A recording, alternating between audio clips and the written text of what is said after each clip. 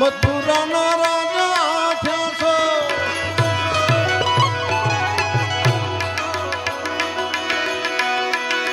ગોવાળોને ભૂલી એ મથુરાના રાજા થયા છે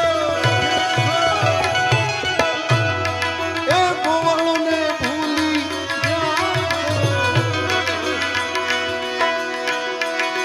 માનતને બોલે ઓ ધમજી મારા વાલાને એ વઠીને રે